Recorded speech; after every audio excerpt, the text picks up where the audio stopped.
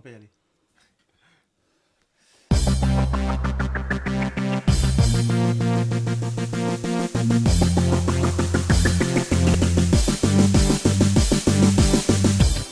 Fréquency 89.4 FM. L'invité du jour. Voilà, bonjour à tous et à toutes et bienvenue donc à l'invité du jour. Nous avons l'occasion aujourd'hui de parler du beau, je dirais donc de tout ce qui concerne la décoration, l'esthétique, en ce qui concerne, je dirais, l'habitacle, tout ce qui est habitation. Alors, pour en parler, nous avons des invités avec qui nous allons forcément faire connaissance dans un premier temps. Hein. Il faut dire que nous avons un habitué, je dirais, de cette antenne qui est Akéras. Bonjour. Bonjour Innocent. Voilà. Et puis, Akéras est accompagné donc d'une jeune dame qui ne manque pas, je dirais, d'attention. Bonjour. Bonjour. Voilà. Votre nom? C'est Pouan Adel Maté. D'accord. Alors, on va se tutoyer pour faire un peu plus convivial. Alors, nous allons parler un tout petit peu vous me comprenez, mesdames et messieurs, nous sommes en direct et cela peut arriver que de temps à autre, on puisse donc être beaucoup plus agréablement assis pour vous parler, je dirais, de choses et d'autres. Alors, Akéras, quelle est la profession que tu exerces pour le commun des auditeurs? Comme j'ai eu l'habitude de le dire, d'abord merci à vous. Et comme j'ai eu l'habitude de le dire, j'exerce plus dans le milieu du design du bâtiment. D'accord. Voilà. C'est-à-dire, c'est un métier qui consiste à élaborer, c'est-à-dire l'espace de l'habitat, de sorte à ce que cet espace soit plus convivial, qu'il soit agréable, je veux dire, celui qui l'occupe. Voilà, tenant compte de tout ce qu'il y a comme normes et tout ça d'environnement et tout et tout. Alors, et en face, qu'est-ce que fait Miss Pouan? Eh bien, moi, je suis dans la décoration d'intérieur, précisément. Et cela consiste un peu à concevoir, à faire du beau, à créer une ambiance dans les espaces, dans le but de plaire aux clients. Voilà, c'est un peu ça ce que je veux faire. D'accord. Alors, justement, hein, le tout mis ensemble, ça voudra certainement dire que la décoration, c'est un métier pour lequel il faut aller forcément à l'école, un métier pour lequel il faut avoir, j'ai envie de dire, une formation, un toucher. Est-ce que la formation suffit? Est-ce qu'il faudrait pas avoir du génie? Bien sûr, c'est quelque chose d'inné, de naturel. C'est vrai qu'on va ajouter après l'école et tout ça, mais il faut avoir ça en soi-même. Il faut aimer, il faut vouloir la chose avant même d'aller peut-être s'inscrire dans une école pour plus performer la décoration d'intérieur. Voilà. Alors, on dit ça comme ça. Akéras, est-ce que cette certitude est partagée par toi? Oui. Puisque, je vais dire, on fait d'abord toute chose par conviction. Et la conviction ne vient pas sans la passion. Si on veut vraiment exceller dans le domaine qu'on a choisi, il faut forcément avoir de l'amour pour ce qu'on fait, donc de la passion. Pour pouvoir, est-ce que ça a été votre cas, j'ai envie de dire, formation initiale dans les coulisses, tu m'avais dit que tu fais plutôt sciences éco. Voilà, oui. Oui. Mais alors, c'est depuis quand est-ce que tu as senti le besoin de t'intéresser à ce qui touche le beau, à ce qui touche l'architecture, la décoration intérieure, bien placer les choses agencées, tout ça? En fait, en réalité, je sentais ça depuis longtemps, mais il fallait être vraiment sûr. Mais pendant ce temps, il fallait aller à l'école, il fallait apprendre d'autres choses. Et au fur du temps, tu te rends compte que c'est quelque chose vraiment tu ne peux t'empêcher. Voilà, parce que ça t'attire un tout petit peu. Voilà, sans ça, tu ne peux rien. En fait, c'est comme ça, c'est l'instinct. Et au fur et à mesure, tu te rends compte que, bien, attends, au lieu que je passe mon temps à autre chose, alors que j'ai on va dire un talent caché quelque part, une passion, pourquoi ne pas développer cela et créer d'autres choses? Est-ce que ça a été ton cas, Akéras, quand on sait par exemple que peut-être que ta formation initiale n'était pas forcément décorateur d'intérieur, par exemple? Oui, puisque à la base j'ai fait de l'infographie.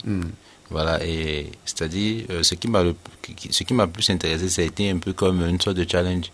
Voilà, parce que je voyais certains architectes espagnols faire, je veux dire, vraiment de belles bâtisses.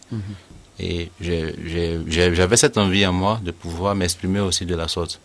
Donc après les cours d'infographie que je fais à ISTC, là où j'ai eu tout ce qui est comme les normes en termes de reproduction visuelle en 3D, les images de synthèse et tout, j'ai vu aussi que ce secteur s'appliquait aussi à l'architecture. Donc j'ai dit, mais tiens, pourquoi ne pas essayer, vu que déjà le côté de tout ce qui était reproduction visuelle, et la 3D et tout, j'avais déjà une certaine expérience. Donc, c'est par la suite de cela que je suis rentré dans un cabinet, à Cubic Architecture. Ah, ça, c'est de la publicité. D'accord, Voilà. merci. Voilà. Et là-bas, j'ai appris tout ce qu'il y avait comme normes et tout. Mais au-delà de ça, Il y avait déjà quelque chose en soi. Voilà. Je remarque que c'est la même chose que vous dites tous les deux. Oui, C'est clairement. la preuve encore s'il en est que on peut être porté par sa passion. Oui. Beaucoup de gens ne sont pas portés par leur passion Oui. et elles se retrouvent donc à faire des choix qui ne sont pas des choix de vie. C'est Et clair. après, il peut y avoir des regrets. Exactement. C'est ce que vous pensez aussi? Oui, exactement. Ouais. Alors, nous allons parler un tout petit peu dans le développement de ce que nous disons. C'est vrai qu'il y a un choix qui est peut-être inné, mais en même temps, quand vous vous retrouvez sur le tas ou alors dans une formation en entreprise de façon empirique ou alors de façon scientifique, c'est-à-dire apprise à l'école par exemple, est-ce que finalement vous vous rendez compte que entre votre rêve d'enfance et l'applicabilité sur le terrain, c'est plus difficile, c'est plus délicat? Autrement dit, est-ce que c'est plus compliqué quand on va à l'école ou alors quand on se forme même avec un patron pour ça? Non, moi, en tout cas, personnellement, je ne trouve pas. Pourquoi? Parce que l'école, c'est un moyen d'instruction. On apprend et tout. Et à côté, je veux dire, à côté de cela, il y a le talent. Voilà, pour un domaine bien précis qu'on aime. Donc, quand on découvre ce talent, je vais dire, combiné à tout ce qu'on a fait comme des études, on a une visibilité claire, on a une meilleure réflexion, on a d'autres aptitudes Donc, encore. il y a une trace. Voilà, qui nous suit. Parce que l'école, c'est une éducation qui nous apprend certaines choses, même la façon de penser, de voir. Donc, combiner cela au talent pour le domaine qu'on aime. Ça rend plutôt normatif. Voilà. Ça crée un canevas, des règles, un mode de penser, une façon de faire, c'est ça? Justement. Si, c'est clair. Parce Justement. que, c'est comme moi, je disais, j'ai été inspirée par ça et tout ça. Donc, du moment où tu mets l'éducation, tu mets la suivi de ce qu'on acquiert et tout ça, je veux dire, après, tu deviens plus fort. Tu vois, c'est juste pour pouvoir organiser un peu dans le boulot. C'est un peu ça. On va Voilà, insister donc, sur du le coup, mot organisé. Voilà. C'est important. C'est-à-dire que ça donne, ça crée donc un cadre organisationnel dans lequel on va fondre donc tout son savoir-faire, C'est clair. toute sa créativité. Alors, quel est, je sais par exemple pour Akeras, puisque je suis ses travaux depuis quelques années, on va dire 1 ou 2 ans déjà quand même. C'est quoi ton inspiration? C'est quoi ton on va dire quoi, ton génie, ta touche, voilà. D'accord. Ce que je fais généralement, j'aime pas, je vais dire, reproduire ce qu'on a l'habitude de voir. J'aime tout ce qui se démarque du commun des mortels, tout ce qui est spécifique, beau, Tout ce mais qui est original. voilà, original, mais plus axé sur l'aspect futuriste. Voilà, parce que nous, je vais dire, nous vivons, mais on va nous partons constamment vers l'évolution. Voilà. Donc, tout ce que je conçois, je tiens compte de cela dans mes conceptions. Voilà. À la finition, j'aime plus les designs qui sont plus orientés vers l'aspect futuriste. Alors, je sais quand même qu'en termes de normes, il y a tout ce qui est arrondi, hein, il y a ce qui est gothique, il y a ce qui est anguleux. C'est quoi là où tu aimes travailler? Dans les courbes, ou alors dans le gothique, ou alors, je sais pas. Alors, j'aime plus tout ce qui est angulaire. Angulaire. Voilà, angulaire, parce que quand c'est plus axé sur les angles, il y a une meilleure orientation du bâtiment. Voilà, pour tout ce qui est comme plan d'implantation et tout ça, parce que quand on conçoit, on soumet cela à un architecte qui va suivre les travaux, qui va faire tout ce qui est comme implantation. Et généralement, la plupart des architectes avec qui j'ai eu à travailler me demandent de tenir compte de ces normes. Mais bien sûr. Voilà. Mais c'est quelque chose que moi-même, déjà, j'aimais ça à l'avance. Parce que les formes arrondies et tout ça, certes, il y a certains architectes qui les emploient, mais il y a différents styles d'architecture. Bien sûr, bien sûr. Voilà, donc c'est un peu comme ça. Alors, c'est vrai que on va rappeler, chers auditeurs, que nous sommes en direct donc à l'invité du jour avec 2 invités aujourd'hui. On aura l'occasion de les recevoir individuellement. Bon, avec Akeras, on est déjà peut-être à la 7e émission, je dirais la 1e émission, mais en fait, aujourd'hui, il nous emmène donc une jeune dame, Oui. enfin, une jeune, on va dire dame ou fille, c'est oui, ouais. Son nom c'est Adèle Maté. Voilà. Alors Adèle Maté, c'est vrai que comment s'est faite donc cette rencontre avec, je dirais, cette alchimie avec pas Akeras en tant qu'individu, mais avec le talent, on va dire, hein, avec le créateur Akeras. Est-ce que vous avez été influencé, impressionné par son travail, ou alors comment est-ce que ça s'est fait? Carrément, j'ai été influencée par, excusez, par le boulot de Eras. C'est quelqu'un qui bosse à fond et qui fait quelque chose de très extraordinaire qu'on ne voit pas habituellement à Abidjan et tout ça. C'est quelque chose de vraiment génial et tout ça. Et donc, moi, vu que je suis dans la décoration d'intérieur et tout ça, j'ai d'abord, un premier temps, croiser Eras pour voir un peu dans ce milieu-là s'il faut avoir, parce que plus tu te rapproches à des gens du bâtiment et autres, tout ça, tu as plus de marché. Ben, bien sûr. Voilà. Et donc c'est dans ce style-là que vraiment je me suis dit, attends, voilà quelqu'un qui travaille bien, qui est vraiment posé et tout ça. Et c'est comme ça que la rencontre s'est faite et voilà, jusqu'à aujourd'hui on en est là. Alors justement, qu'est-ce que je parlais d'alchimie tout à l'heure, c'est-à-dire donc de mélange je dirais des types. C'est ça, Alors- une fois, si tu veux. Ouais. Alors, c'est-à-dire que quand il a fini donc, si vous voulez, d'harmoniser un schéma, toi, tu te sens bien là-dedans pour pouvoir apporter les couleurs. Oui. Oui, clairement. On a eu même à bosser sur un projet. sur un projet, un restaurant. Et j'ai vu un peu comme il travaillait et je me suis sentie à l'aise. Tout était parfait. Je pouvais m'inspirer. Je Ouais. pouvais facilement créer ma coupe, Ouais. créer ma couleur, les textures, tout ça facilement avec lui.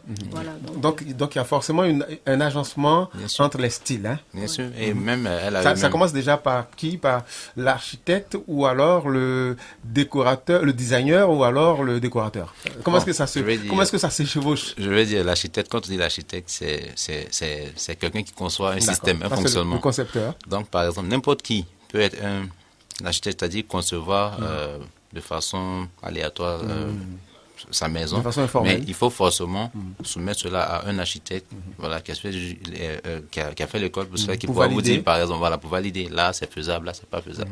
Voilà, et c'est lui qui réalise. Donc, Parce qu'avec lui, on respecte donc les normes. justement. Voilà. Et avec Adèle, comme elle l'a dit tout à l'heure, on a eu à travailler sur un projet. Et c'est vraiment quelqu'un qui a de la créativité. Parce que pendant qu'on concevait les plans d'aménagement et tout, j'ai vu qu'elle avait elle avait des aptitudes, des réflexes et tout, qu'elle apportait souvent. Elle avançait déjà des idées. Voilà, elle avançait déjà des idées dont j'ai tenu compte. Et au final, ça a vraiment donné quelque chose de beau. Alors, des idées en termes de quoi? En termes de couleur, en termes de... En termes de disposition, De disposition, de de matière, voilà. Tout, je vais dire l'aspect relatif à tout ce qui était intérieur. Voilà. Alors donc finalement, là, ça veut dire, on va dire que vous formez un beau... Un beau duo. Un beau duo, Ouais, carrément. si ce n'est un beau couple. Voilà. Alors je veux savoir, Marie-Adèle, c'est ça, Marie-Adèle? Adèle Maté. Seigneur, je vais y arriver.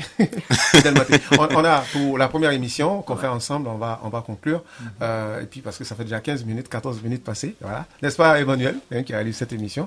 Alors, avec Emmanuel Yao, on va vous dire merci. Et puis, Merci donner à vous. rendez-vous donc dans une semaine encore pour D'accord. que nous arrivions donc à des aspects purement spécifiques. On va parler certainement donc de design et puis on va parler aussi donc de décor de l'intérieur. Ce sera toujours bon de vous retrouver. Vous avez des paroles à dire? On commencera par Maté, la plus jeune.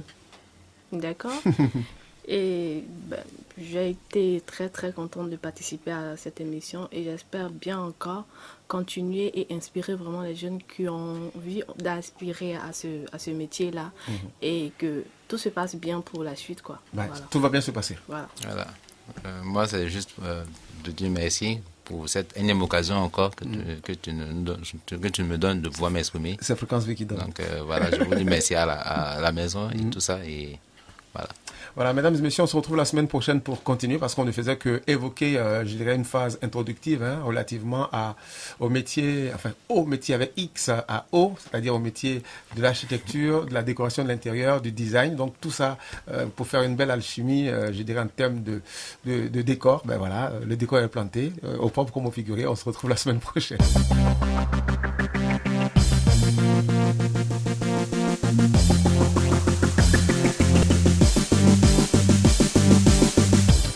Fréquency 89.4 FM.